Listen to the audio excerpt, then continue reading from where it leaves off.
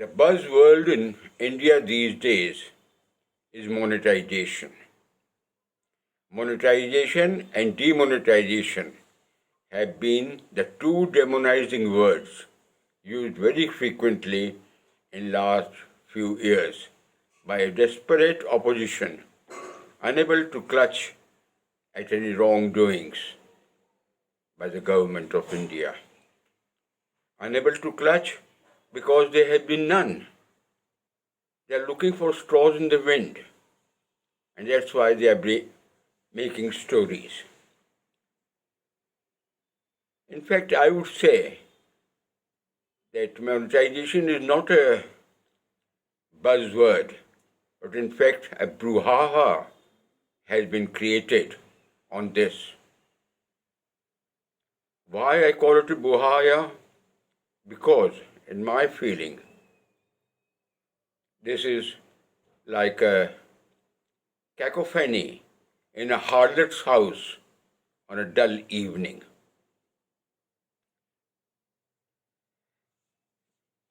Before we talk more, let's understand what this word monetization means.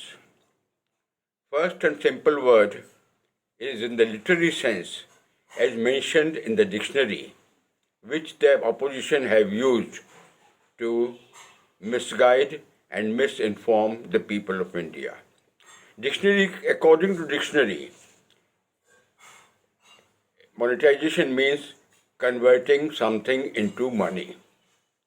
And the simplest thing somebody understands is that how do you convert anything into money? You convert it by selling it. So, very conveniently, our opposition latched on the government is selling the country. The government is selling the public sector. Modi has got his eyes on everything in the country to sell it off. But one important part about the word monetization and different from the dictionary meaning is that it converts into money without changing ownership. So when ownership doesn't change, it means it is not sold. Take an older system that was working in India, hire purchase. Hire purchase, you bought something on monthly rentals, but until the last installment was paid, that something remained in the name of the seller. It was his property. He enjoyed the depreciation. He enjoyed other benefits by holding an asset. And that's why, as India progressed, the system of hire purchasing went away, making way for leasing. But coming back to our subject again, monetization is a word used in high finance. It is used all over in developed countries in the West. In developed industries, businesses, financial world, the word monetization has been used for last 300 years. I think it has got something to do with the rise of industrialization in Great Britain. As industries evolved,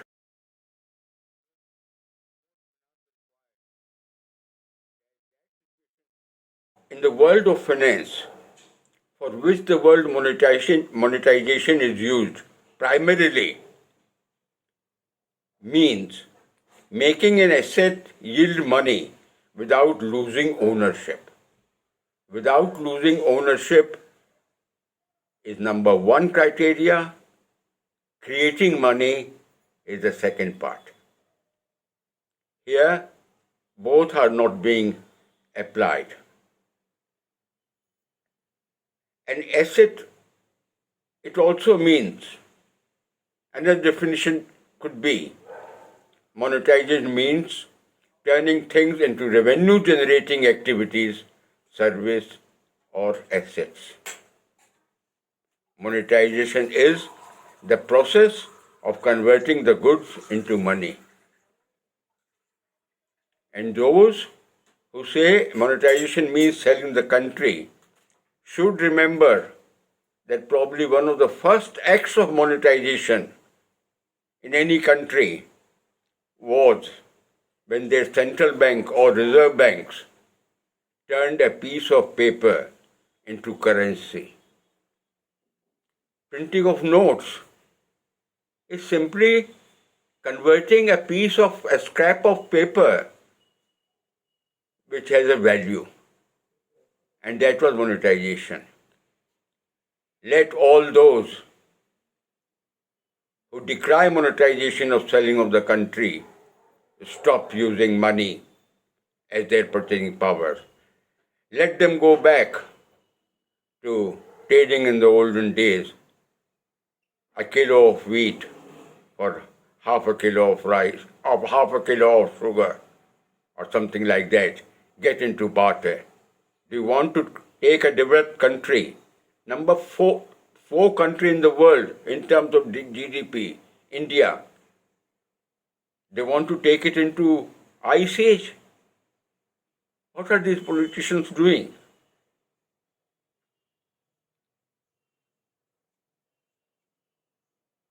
We are discussing this on a channel. The person who runs a channel organizes a debate. We'll discuss it.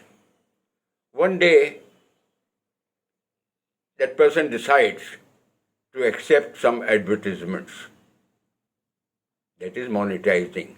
The person decides to monetize his activities, his business model.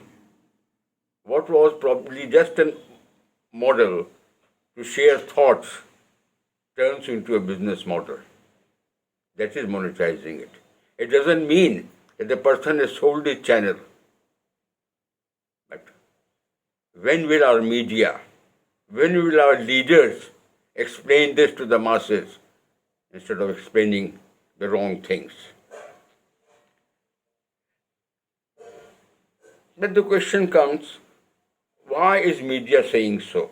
Why is media misguiding? To that I would say, media is purely revenue-based model of business.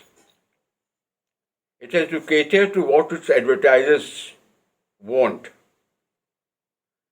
There is not much value for what readers want. Because after all, a newspaper sells for rupees 4, 5 or 6 a day. What position of dictation the reader has? It's the advertisers who pour in millions of rupees worth of advertisement every day who run the policies of the newspapers. Besides that, most of the newspapers are owned by churches, by foreign NGOs, owned by people like, say, George Soros, who have an agenda. And that's why media becomes an agenda. Media is not an unbiased, true conveyor of events to its readers. It conveys its ideas. It is selling its ideas, its thoughts, its agenda, and trying to convert people like that. So media is not interested in giving us the right answer. Then comes the question of, why do politicians do it? What can they do? Politicians have no point. They have nothing to criticize the central government. Would they say that building of the shauchalayas was bad? Will they say that giving grains to 80 crore families for last 2 years is bad in the interest of the country? Can they say free vaccination was a wrong idea and government shouldn't have done it? Free electricity, free gas stoves, free water pipelines, building houses, all these things have been going on for last 7 years at brisk pace. This is what has rattled the opposition. And they have become students, very dedicated students of Mr. Goebbels. Mr. Goebbels was the propaganda minister of Hitler. Yes, the same fascist Hitler. The same name they use to describe Mr. Modi and the central government. But these leaders are their students. Goebbels' main theory is keep lying, keep spreading a wrong thing 1,000 times, and at some stage people will start believing it to be true. So they are keeping on repeating, so that people start believing that yes, things are being sold. Goebbels also said, whatever wrong you are doing, if you want to hide them from the people, accuse the government of doing those things.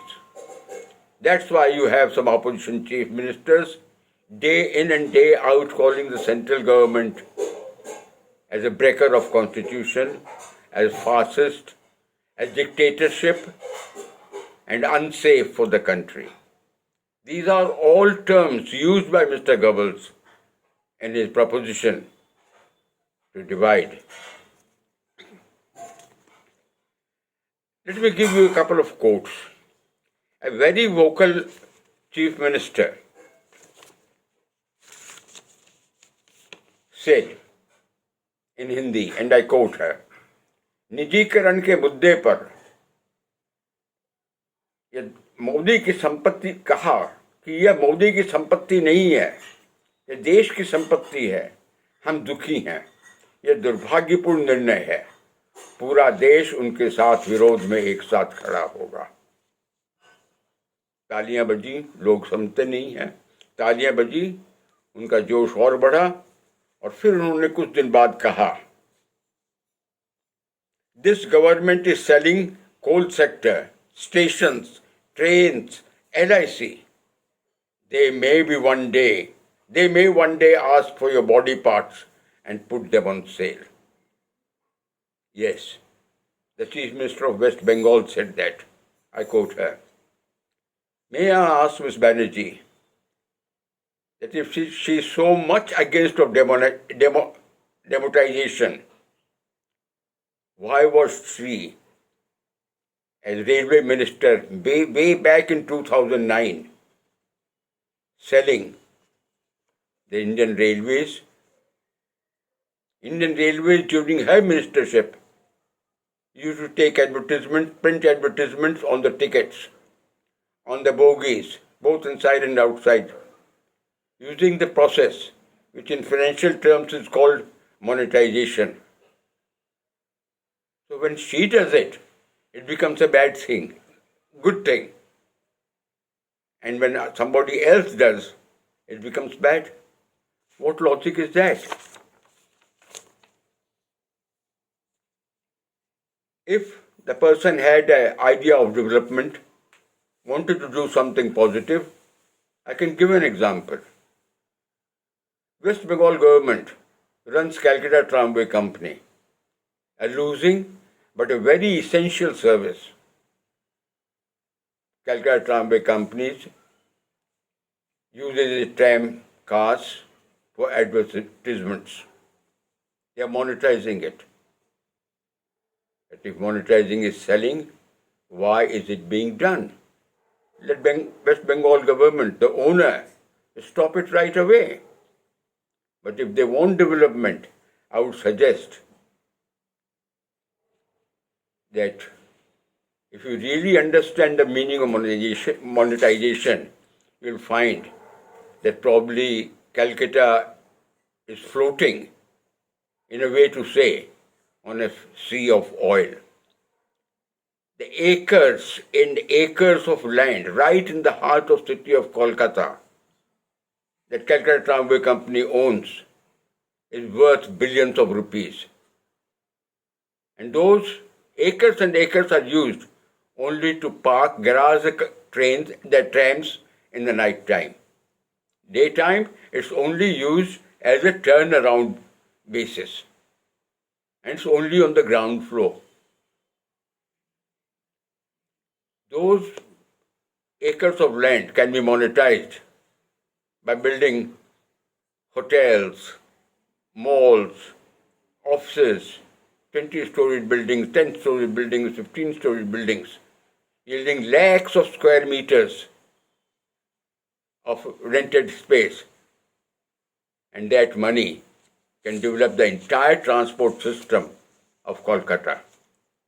But no, we have not thought of that. We are not capable of thinking that. So, criticize anything that comes in your way. Look around yourself. Everywhere you put your eye, you'll find an act of monetization. You may not realize it. I'll give you a simplest example.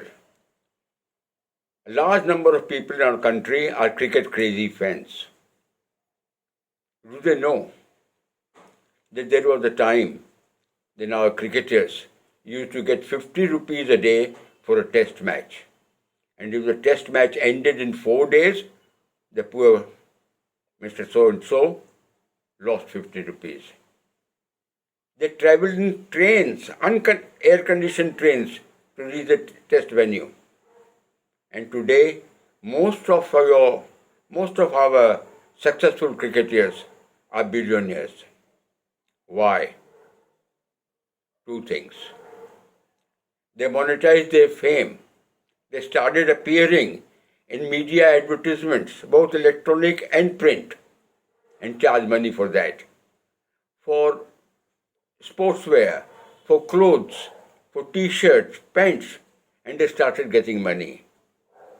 And most important, white trousers and white shirt, which was a de rigueur for cricket players, is no longer so. Why? It yielded place to money.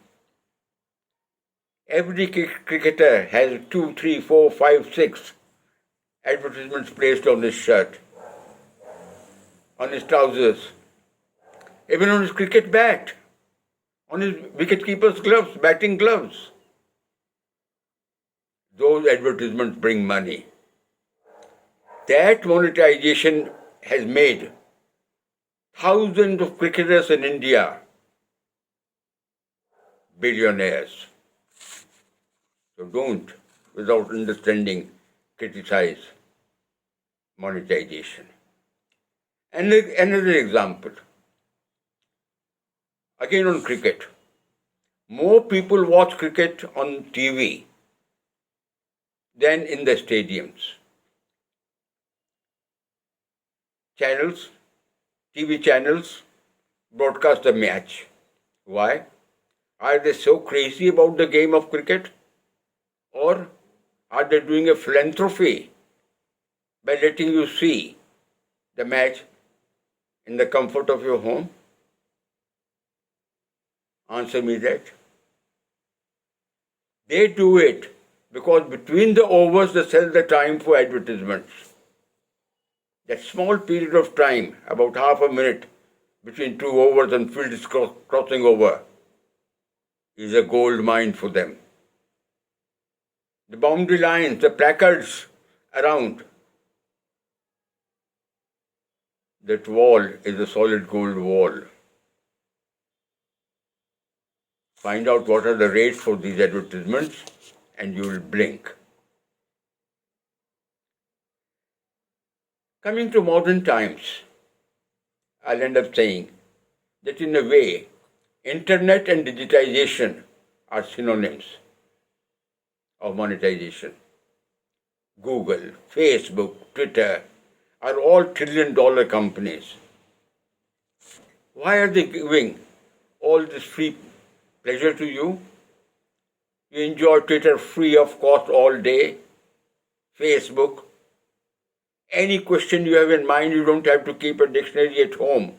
You just click a button, Google it, and get the answer. The entire North India says, Google Tata se pooch lo. Is it a social service they are doing? No. While giving those services to you, your Facebook page, your Twitter page, your Google answers that you read or carry advertisements for other people. That's where the money is. You're quite comfortable in using Twitter. You have no problem with Twitter putting advertisements that are coming in way of your pleasure of reading tweets. But when government of India says it wants to monetize assets, you say selling it. Modi चोर है, देश को बेच रहा है, एक दिन आपके शरीर के पार्ट्स में मांगेगा, इसको निकाल के दो, इसको मैं बेचूंगा.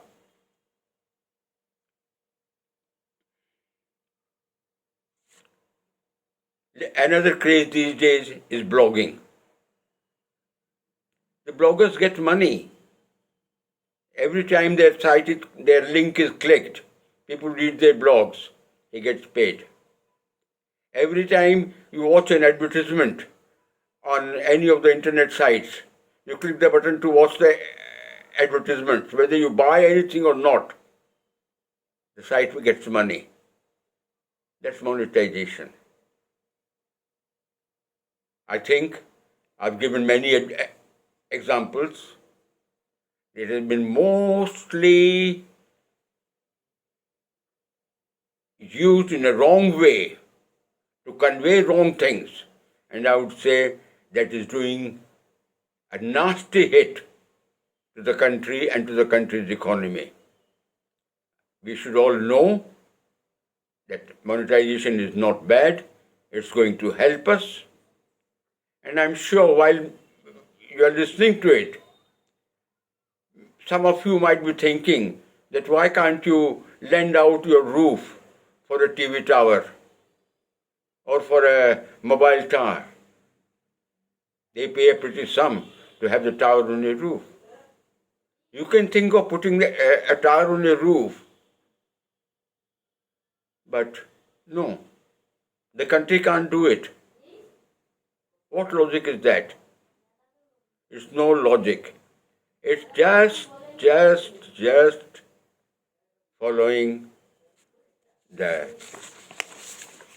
publicity manager, the media manager, the propaganda manager of Mr. Hitler, who says, speak a lie 1,000 times and at some stage people will believe it.